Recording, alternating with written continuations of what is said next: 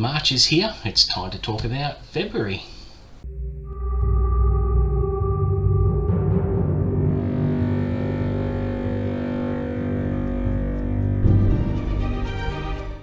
What's up guys, welcome back to the channel. Today I'll be wrapping up what I thought was a pretty busy and productive February.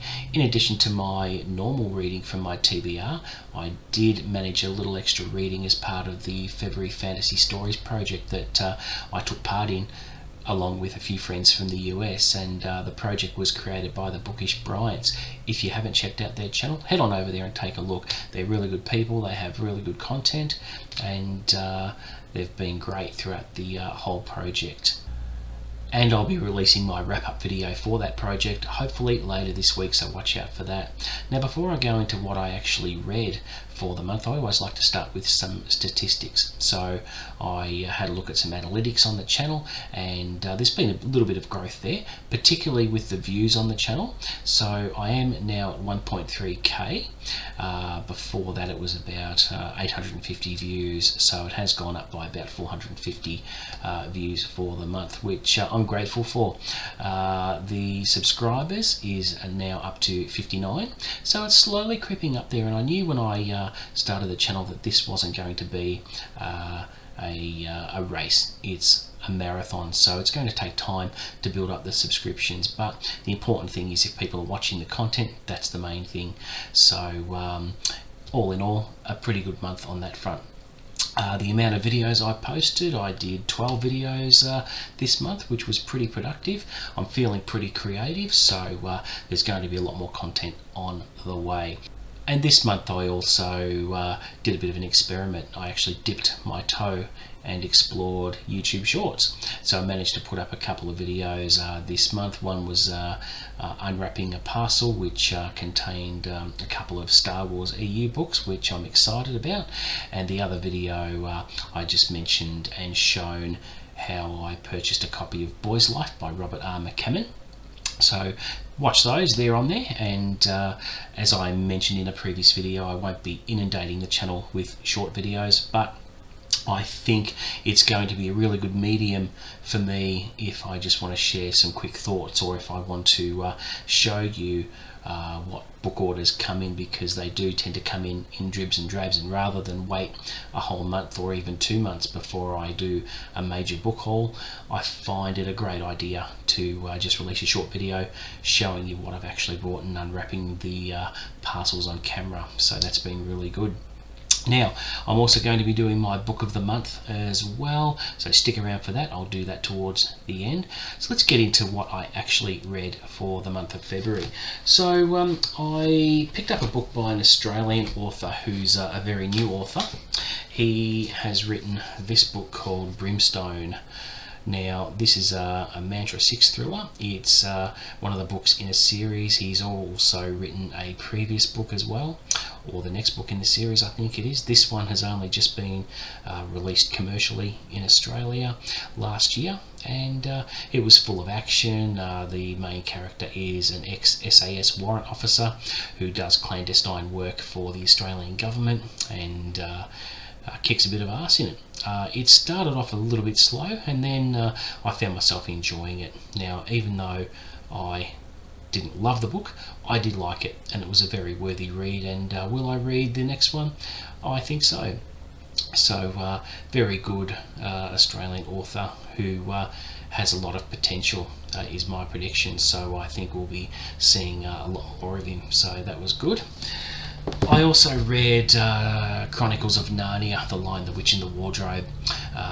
That was a really good read. I hadn't read it since I was about 14 years old.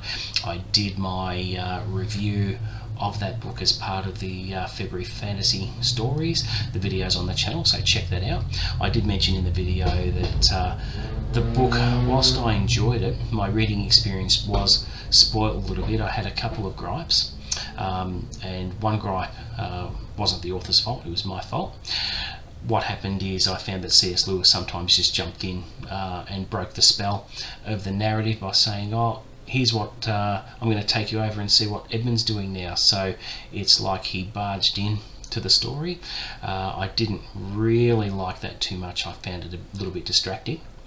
But the overall story was great, and loved the characters and the talking animals and everything. But the main thing was my fault, because I've seen the adaptation from 2005 multiple times and really enjoy that movie. I found myself, as I was reading it and reading the dialogue from Aslan the lion, I was hearing Liam Neeson's voice in my head, and I was picturing the actors from the movie rather than my own imagination. So my experience was a little bit spoilt there, but check out the video. Everything I mentioned about the book is in there. Now, another book I read, this one was picked up on a whim really. I'm always on the lookout for new authors, and purely on a whim I picked up a book called The Crime Files by Mary Higgins Clark. She's a really good crime writer. I sort of knew of her, and I thought, well, look, I'm going to pick up something and just see what it's like. And the novel I read from this 3-book omnibus edition was Daddy's Little Girl, and it was about a 22-year-old crime that the sister of the 15-year-old girl that was murdered comes back 22 years later and digs up everything and turns the original case on its head and solves the actual mystery of what actually happened. So it drew me in.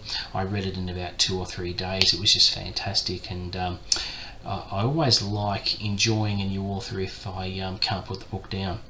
And it makes me want to read more of her work, which I will be in the future. So that was really good. A highlight for the month for me was this one, No One Gets Out Alive by Adam Neville. I've done a full review video on the channel, so check it out. I'll basically say that it was one of the best books I read this month. It's 600 pages. I loved every minute of it. I couldn't put it down. It had everything you could possibly want in a disturbing and dark novel. It's bloody, it's violent, it's spooky. Had to looked over my shoulder a couple of times when I read it. So it's got the jump scares, and the most interesting thing about the book was the pagan folklore that's a main theme of the book, which was really interesting. I also said in the review video I had only a very few words to say about the adaptation, if you can call it an adaptation, that I watched on Netflix. Basically I said in the review video that the adaptation was shit, and my view hasn't changed. So check out the video on that one. Now, what else did I read before I get to the book of the month? I did read another new author I picked up, Sebastian Fitzek, Seat 7A. He is actually a German author, so this is actually being translated. It was a really good thriller about a psychiatrist who has to get on a plane from Buenos Aires in South America straight to Germany because his pregnant daughter, has been kidnapped, and the unknown conspirators are giving him an ultimatum, so he needs to make arrangements in order for the plane to crash. So that was really exciting. Another really quick read for me, and again, enjoying this book makes me want to read a bit more of his work, and he has another 4 or 5 novels out, I think. So if you haven't checked Sebastian Fitzek out, do that, because it was a very good read. Okay, now what else? Another little highlight for the month. I actually read another classic book, and this one I finished my main TBR a couple of days before month's end, and I thought, look, I've got 2 days, what am I going to read? What's something quick that I can squeeze in? And decided to go with The Outsiders by S.E. Hinton. What's incredible about this book, I mean, apart from the fact that Susan Hinton wrote it when she was 16 years old, for God's sake, and I haven't read this since I was in high school, where it was part of the curriculum to read it, and I dug in and read this in a couple of sittings. It was absolutely fantastic and tragic. I also watched the adaptation from 1983 with all those actors before they became stars. So you had Patrick Swayze, C. Thomas Howell, Ralph Macchio, of course, who I'm surprised didn't get an Oscar nomination for his performance in the movie. It was just great. But the book was sensational. It was flawlessly written. S.E. Hinton has that unique gift that a handful of authors have, where the narrator becomes invisible. So rather than it's written in the first person from Ponyboy Curtis's point of view, but rather than listening to the narrator roll out the story in the first person, it's more like you experience it through Ponyboy's eyes. So that's a unique gift, and there's a reason that this book has stood the test of time. So it was a real highlight for the month for me. So don't regret that, and as part of my growth as a reader this year, there are going to be more classics that I am going to read. So that was really good. Now I'll just check I haven't missed anything. No? Okay, so I'll reveal my book of the month, and it was The Sword of God by Mark Dawson. It was the 5th book in the John Milton series, which is fast becoming one of my favourite thriller series of all time. Absolutely loved this one, and it's made my book of the month purely because I stayed up late finishing it. I couldn't help but wait for every opportunity to continue reading the story, where John Milton in this one, if you're not familiar with the character, he's an ex-British intelligence assassin. And he's a character that has so much depth, and you can't help but feel for him, because he has left that line of work and he's on the road to redemption. So it's very much like Jack Reacher. He's a righteous son of a bitch, and he just wants to do the right thing. He actually gets very hurt in this one, and was on the edge of my seat. But I think the best thing about this one was the opening. It opened with a very similar scene to First Blood, where John Milton comes into town. He's looking pretty rough. He's been living off the land and hunting things to eat, and he decides, oh look, it's about time I come into this little town where he can clean himself up and get a decent meal. And the local sheriff takes one look at him and says, no, not in my town, you're out of here. There's a nice caravan parked down the road, off you go. And Milton says, well, no, screw that. If I'm going to get a decent meal and a good night's sleep in a motel, I'm going to do it. So I gave that one a 5-star rating. The review is on the channel, so check it out if you haven't already. So that was my month of reading. So it was pretty productive. I got through 7 books plus a few short stories and things with February Fantasy Stories Project, which, as I mentioned, I'm going to put that video out later this week, which will be good. What's coming up on the channel? I plan on doing a few more YouTube shorts as the need arises. I am expecting parcels in the post. I haven't put a book ban on myself for a little while, and I'm not buying in bulk so much now, so things are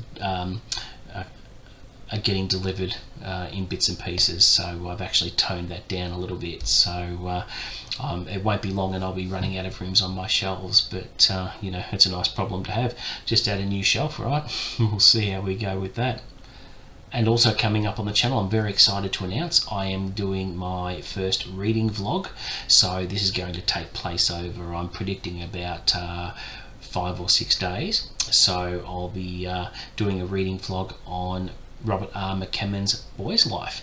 I actually picked up a copy of the book yesterday, and based on what I've heard from other booktubers, in particular Sarah over at Sarah Reads and Brian Lee Durfee, other booktubers just cannot help but rave about this book. It's meant to be one of the best coming of age novels since It, and because I like it's one of my favourite books of all time by Mr. King. I have no doubt that I'm going to enjoy this, and I'm going to be doing maybe 4 or 5 check-in videos as I advance by about 100 pages each time. So it'll be every day or two. I'll be jumping on the camera and letting you know what my thoughts and impressions are all the way through, and I'm predicting it's going to be awesome. So stay tuned for that. As always, please like and subscribe and offer your comments below, and I'll respond to those. But until next time, see you later.